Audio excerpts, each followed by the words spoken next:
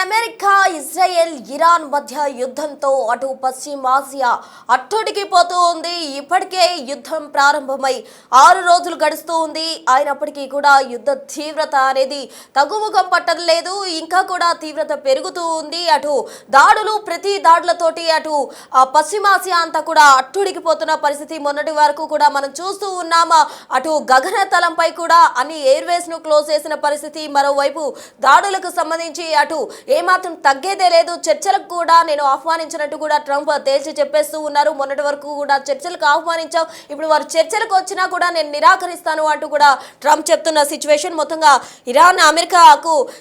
ఇరాన్కు America మరో warning ఇచ్చిందనే చెప్పాలి. California తీరంలో రాత్రి డూమ్స్ డే బాలిస్టిక్ క్షిపణి ప్రయోగం చేసింది. ఇది హిరోషిమాపై వేసిన అణుబాంబు కంటే 20 రెట్లు కూడా శక్తివంతమైన బాంబుగా చెప్తూ ఉన్నారు. గంటకు 15,000 మైళ్ళ వేగంతో ఇది 4,200 కిలోమీటర్ల మేర కూడా ప్రయాణం చేస్తుంది అంటున్నారు. శాంటా బార్బరా దగ్గరలోని వాండెన్బర్గ్ స్పేస్ అలాగే ఫోర్స్ బేస్ నుండి మంగళవారం రాత్రి 11 గంటలకు ప్రయోగం చేశారు.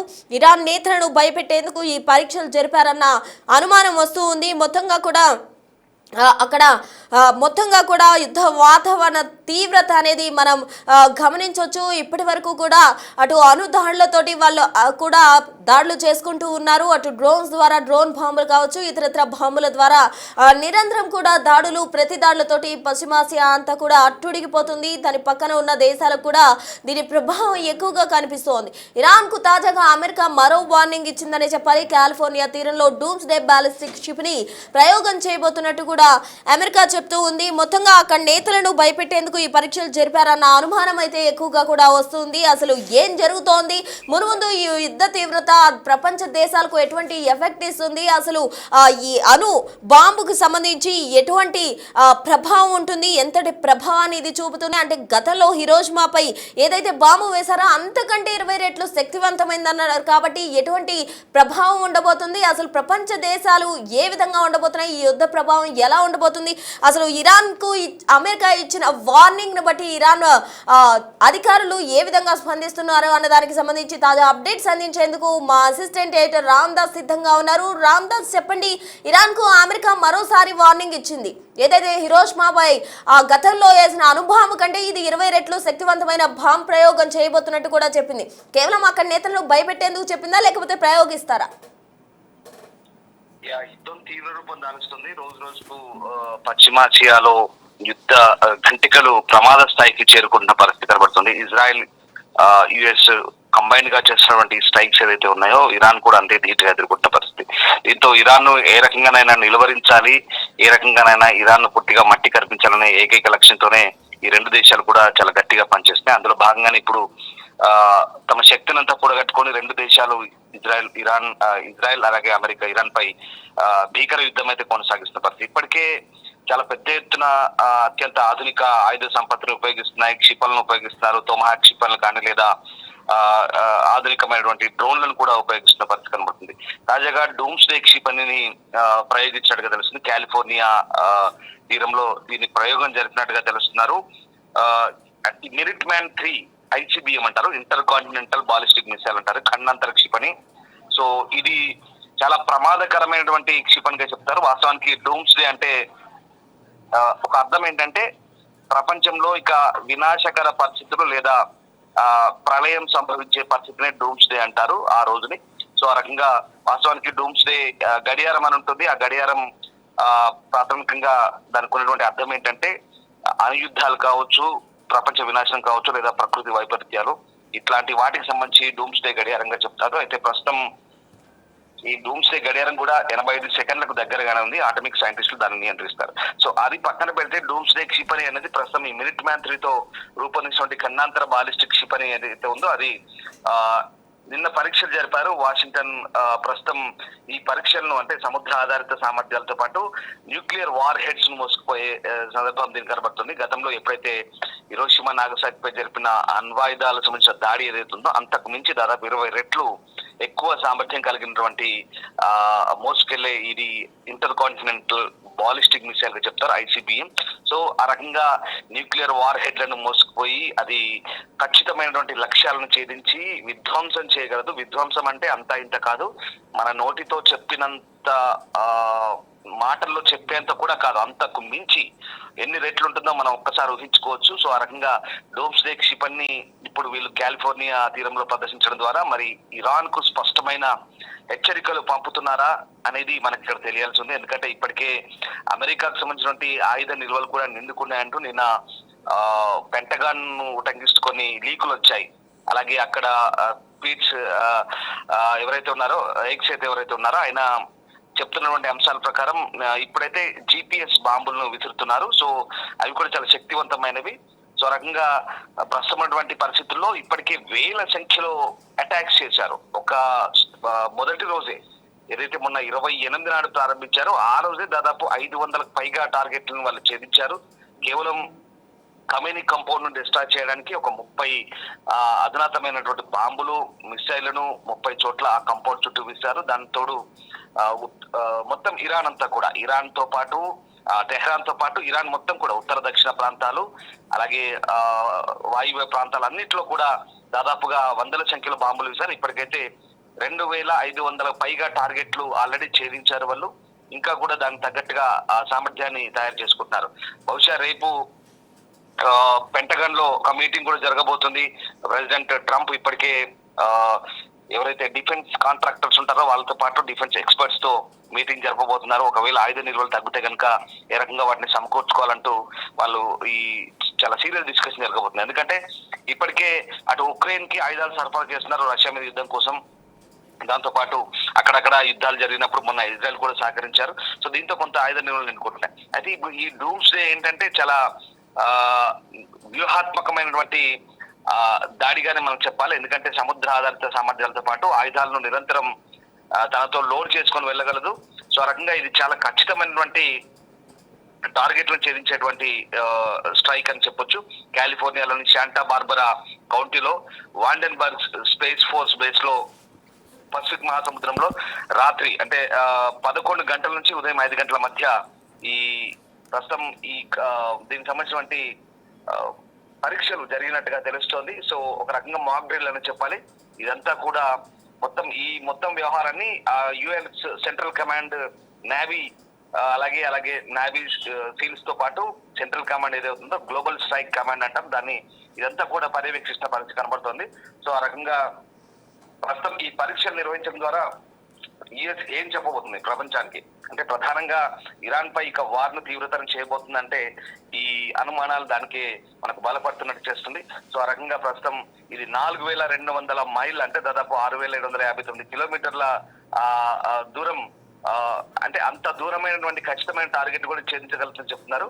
సో ఆ రకంగా విమానంలోని మార్షల్స్ రిపబ్లిక్ లోని క్వాజలిన్ అలాగే అటోలోని US army space missile defence command యొక్క Ronald Reagan ballistic missile defence test site అంటే ఈ పేర్లన్నీ ఏంటంటే ఆ రకమైనటువంటి కొన్ని పేర్లు పెట్టి వాటికి ఆ టెస్టులు చేస్తున్న పరిస్థితి కనబడుతుంది. సో ఆ రకంగా దీంట్లో ఆర్సెనల్ లో 400 క్షిపణులు ఏకకాలంలో మోసుకుపోతుందని చెప్తున్నారు. సో బోయింగ్ అభివృద్ధి చేసినటువంటి మినిట్ మ్యాన్, బోయింగ్ కంపెనీ ఉంది కదా మనకు విమానాలు తయారు చేసే కంపెనీ, సో ఆ రకంగా ఈ మినిట్ మ్యాన్ అనేది ఈ కన్నాంతర క్షిపణిని తయారు చేస్తారు. 1950లో అమెరికన్ రక్షణ అభివృద్ధి చేస్తున్నటువంటి క్రమంలో వాళ్ళకు వస్తున్నటువంటి బెదిరింపులను అవన్నీ తట్టుకునేందుకు సో దీన్ని చాలా అడ్వాన్స్ టెక్నాలజీతో రూపొందించారు. దాదాపు 100% స్ట్రైక్ రేట్ ఉంటుందని చెప్తున్నారు. ఆ 100% స్ట్రైక్ రేట్ తో అప్గ్రేడ్ చేయబడి ఉంటుంది. సీలో లాంచ్ చేయబడినటువంటి ఆయుధాలు ప్రధానంగా భూగర్భ కేంద్రం ద్వారా నియంత్రించబడతాయి. కాల్పులను కూడా 2 స్టాఫ్ అందులో పర్యవేక్షిస్తారు. ప్రస్తుతం యుఎస్ వైమానిక దళం దాని జాబితాలో తాజా LGM 30G minute man 3 configuration దాదాపు 400 యూనిట్ల క్షిపణి కలిగి ఉందని చెప్తున్నారు. సో ఆ రకంగా ప్రస్తుతం అయితే ఈ మిసైల్ లాంగ్ రేంజ్ మిసైల్స్ గా చెప్తారు. సో ఎయిర్ ఫోర్స్ బేస్ లోని నార్త్ డకోటాలో అలాగే మినోటా ఎయిర్ ఫోర్స్ బేస్ లో మిసైల్ వింగ్ లో ఇవి ప్రస్తుతం ఉన్న పరిస్థితి కనబడుతోంది. సో మినిట్ మ్యాన్ 3 అనేది ఏదైతే ఉందో ఈ డూమ్స్డే క్షిపణి దాదాపు 2 మీటర్ల వ్యాసం ఉంటుంది. 79,000 పౌండ్లు అంటే దాదాపు 35,834 కిలోల కంటే ఎక్కువ బరువు కలిగి ఉంటుంది. ఇది 3 దశల చోదక రాకెట్ మోటార్ వ్యవస్థగా దీన్ని రూపొందిస్తారు. మార్క్ 23 అంటే గంటకు 28,400 కిలోమీటర్ల గరిష్ట వేగం. అంటే మనం ఒక్కసారి ఊహించుకోవచ్చు ఎంత భయంకరమైనటువంటి విధ్వంసం ఉంటుందో దాదాపు 1127 కిలోమీటర్ల కార్యాచరణ ఎత్తు అంటే 6000 మైళ్ళు అంటే 9650 కిలోమీటర్ల కంటే ఎక్కువ పరిధికి ఇది విస్తరిస్తుంది. అంటే దాదాపు 1200 కిలోమీటర్ల ఎత్తులో ఉన్నా కూడా ఖచ్చితమైన టార్గెట్ చేస్తుంది. అది కూడా సరౌండింగ్ 9650 కిలోమీటర్ల సరౌండ్ అంతా కూడా కవర్ చేస్తుంది. అంటే అర్థం చేసుకోవచ్చు ఎంత విధ్వంసకర క్షిపణి మనం అర్థం చేసుకోవచ్చు. సో ఆ రకంగా ప్రస్తుతానికైతే ఈ అణుయుద్ధ వైపు మరి పరిస్థితులు దారితీస్తున్నాయా? సో దీని టెక్నికాలిటీస్ గురించి మనం డిస్కస్ చేసాం. బట్ ఇప్పుడు ఏంది ఓవరాల్ గా ఇరాన్ పై కనుక ఈ అణ్వాయుధాన్ని ప్రయోగిస్తే కనుక ఇరాన్ ఉంటుందా? మరి ఇరాన్ ఎంత విధ్వంసం జరగబోతుంది అనేది మాత్రం మనము ఒక్కసారి ఊహించుకోవచ్చు ఎంత భయాందోళనగా ఉంటుందో. అలాగే ఇరాన్ దగ్గర కూడా తక్కువేం లేదు. ఇరాన్ దగ్గర కూడా షాహిద్ డ్రోన్ ఉన్నాయి, షాహిద్ 136 డ్రోన్స్ ఉన్నాయి. ఇప్పటికే షాహిద్ 136 డ్రోన్స్ అన్ని కూడా గల్ఫ్ కంట్రీస్ ను ఒక రకంగా పిండి చేస్తున్నాయి. అలాగే ఫతా క్షిపణులు ఉన్నాయి, తర్వాత కామికేజ్ క్షిపణులు ఉన్నాయి. వాళ్ళ దగ్గర కూడా అత్యంత భయంకరమైన క్షిపణులు. ఇవి ఒక రకంగా శత్రు టార్గెట్లను 100 కిలోమీటర్ల దూరం నుంచి ఖచ్చితత్వంతో ఒక నిర్ధారణతో కూడినటువంటి అటాక్స్ చేస్తున్న పరిస్థితి. ఇరాన్ దగ్గర ఉన్నటువంటి క్షిపణులు ఏవైతే ఉన్నాయో అవన్నీ కూడా దాదాపుగా ఇటు చైనా గత దశాబ్దాల కాలంగా వాళ్ళకు అంటే ప్రజలకు టెక్నాలజీ అందిస్తున్నామని చెప్పేసి టెక్నాలజీ ట్రాన్స్ఫర్ చేస్తూ చైనా ట్రాన్స్ఫర్ చేస్తున్న టెక్నాలజీని టు డిఫెన్స్ పరంగా కూడా వాళ్ళు 2 రకాలుగా ఉపయోగించుకుంటున్నారు. వాస్తవానికి చైనా వాళ్ళకి ఇవ్వాల్సిన టెక్నాలజీ ఏదైతే ఉందో ఆ టెక్నాలజీని బ్యాన్ చేసింది యునైటెడ్ నేషన్స్. కానీ వాళ్ళు ఇస్తున్నటువంటి టెక్నాలజీ ఏదైతే ఉందో జనాల కోసం ఇస్తున్నామని చెప్పేసి వీళ్ళని ఏమారుస్తూ ఈ రకంగా అటు రష్యా ఆయుధాలను ఇరాన్ ఆయుధాలను కూడా వాళ్ళు రూపొందించుకుంటున్న పరిస్థితి. సో ఆ రకంగా ఇరాన్ మిసైల్ వ్యవస్థ ఎంత పటిష్టంగా ఉందంటే 100 కొలది ఇరాన్ స్టేట్ టీవీ ఇస్తున్నటువంటి విజువల్స్ కూడా మనకు సోషల్ మీడియాలో చెక్కలు కొడుతున్నాయి. 100 కొద్ది inter continental ballistic missiles ICBMs Iran దగ్గర ఉన్నటువంటి మిసైల్స్ బహుశా ప్రపంచంలో ఏ దేశం దగ్గర లేవని తెలుస్తుంది. సో 20 ఏళ్ల నుంచి కూడా వాళ్ళ మిసైల్స్ తయారు చేసి లక్షల కొద్ది మిసైల్స్ ను పోగు చేసి పెట్టారు. అవన్నీ కూడా ఇప్పుడు ఇవాళ వాళ్ళు జారవిడుస్తున్న మిసైల్స్ 19వ విడత. ఒకసారి అర్థం చేసుకోండి, 19 విడతలుగా ఇప్పటికే జారీ చేశారంటే ఇంకా ఎన్ని విడతలుగా జారీ చేయడానికి వాళ్ళ దగ్గర ఎంత సంపద ఉందో ఇరాన్ దగ్గర కూడా మనం అర్థం చేసుకోవచ్చు. ఆ రకంగా ఇరాన్ గల్ఫ్ దేశాలను కూడా ఇప్పుడు ఇబ్బంది పెడుతుంది. అటు ఇజ్రాయెల్ ని టార్గెట్ చేస్తుంది, సదరాని ఇజ్రాయెల్ తో పాటు మిగతా లక్షిత దాడులు కూడా చేస్తుంది. మరోవైపు ఇటు ఇరాన్ అమెరికా అయితే చాలా ఖచ్చితంతో కూడుకున్నటువంటి దాడులు చేస్తామంటుంది. ఇంకొక నెల రోజుల పాటు, ఇంకొక 4-5 వారాల పాటు ఈ అటాక్స్ ఉంటాయంటూ ప్రెసిడెంట్ ట్రంప్ చెప్తున్నారు. ఏదేమైనా కొత్త నాయకత్వాన్ని తుడిచిపెట్టడము ప్రధాన టార్గెట్. సో ఖమేనీని లేపేశారు. ఖమేనీతో పాటు ఒక 49 మంది కమాండర్లను లేపేశారు. ఆ రకంగా ఇరాన్ ప్రధాన నాయకత్వాన్ని తుడిచిపెట్టారు. తర్వాత నెక్స్ట్ టార్గెట్ ఏంటి? నెక్స్ట్ ఇప్పుడు అక్కడ ఉన్నటువంటి న్యూక్లియర్ ఎన్రిచ్మెంట్ ఏదైతే ఉందో దాన్నంతా కూడా డిస్ట్రాయ్ చేయాలి లేదా దాన్ని నిర్వీర్యం చేయాలి. అలాగే వాళ్ళ బాలిస్టిక్ వ్యవస్థని క్షిపణి మిసైల్ వ్యవస్థనంతా కూడా నిర్వీర్యం చేయాలి. ఇది 2వ టార్గెట్. దాని తర్వాత ఇరాన్ లో పూర్తిగా స్వాధీనం చేసుకోవాలి. ఇప్పటికీ ఇరాన్ ఎయిర్ స్పేస్ అంతా కూడా అమెరికా ఇజ్రాయెల్ పూర్తిగా విచ్చలవిడిగా తిరుగుతుంది. వాళ్ళకి అక్కడ కంట్రోల్ లేదు, ఎవరు ఆపే పరిస్థితి లేదు. ఆ రకంగా 4వ టార్గెట్ ఏంటంటే ఇరాన్ లో అమెరికా ఇజ్రాయెల్ సైనికులు అడుగుపెట్టి కాలి బూట్లతో నడవాలి. ఇది వాళ్ళ నెక్స్ట్ టార్గెట్. అల్టిమేట్ గా అక్కడ వాళ్ళు ఎంట్రీ ఇచ్చిన తర్వాత మొత్తం అక్కడ నాయకత్వాన్ని మిగిలిన నాయకులందరూ కూడా బందీలుగా పట్టుకోవడం లేదా చంపేయడమా లేదా ఇదంతా ప్రక్రియ పూర్తయిన తర్వాత నెక్స్ట్ కొత్త నాయకత్వాన్ని అక్కడ గద్దె మీద ఎక్కించి ఇక ఖమేనీ వారసత్వము ఖమేనీ పాలన అనేది లేకుండా చేసి వాళ్ళకు అనుకూలంగా ఉన్న ప్రభుత్వాన్ని లేదా ఓవరాల్ గా ఇరాన్ ప్రజలు కోరుకుంటున్న ప్రభుత్వాన్ని అక్కడ గద్దెనెక్కించాలనేది అమెరికా అల్టిమేట్ టార్గెట్. సో అందులో భాగంగానే ఇప్పుడు ఈ డూమ్స్ డే పరీక్షలు ఏవైతే నిర్వహించారో కాలిఫోర్నియా తీరంలో ఈ డూమ్స్ డే పరీక్షలన్నీ చాలా భయాందోళన కలిగిస్తున్నాయి.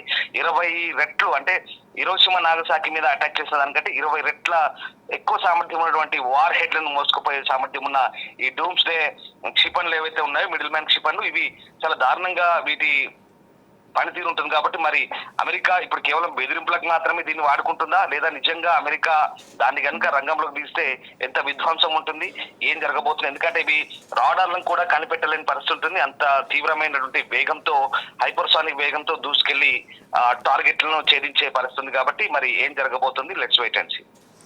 Okay Ramdas, thank you. మొత్తంగా చూస్తే డూమ్స్ డే అనే విధంగా కూడా ఒక బాంబును ఏదైతే హిరోషిమాపై అణుబాంబు ప్రయోగించారో దానికన్నా 20 రెట్లు శక్తివంతమైన బాంబును కూడా ప్రయోగించేందుకు గాను అమెరికా సిద్ధమవుతున్నట్టు కూడా ఇరాన్కు ఒక హెచ్చరిక అయితే జారీ చేసింది. మొత్తంగా అక్కడి నేతలను భయాందోళనకు గురి చేసేందుకు ఈ విధంగా చేశారా లేకపోతే ఎందుకు ఈ ట్రయల్స్ చేశారు? నిజంగానే ఒకవేళ కనుక ఆ బాంబును కనుక ప్రయోగిస్తే ఆ ప్రపంచ దేశాలపై ఎఫెక్ట్ ఎలా ఉంటుంది? అసలు మొత్తంగా ఇరాన్ తుడుచుకు పెట్టుకుపోతుందా? ఎలా ఉంటుంది? ఆ బాంబు ప్రయోగిస్తారా లేదా అన్నది వేచి చూడాలి.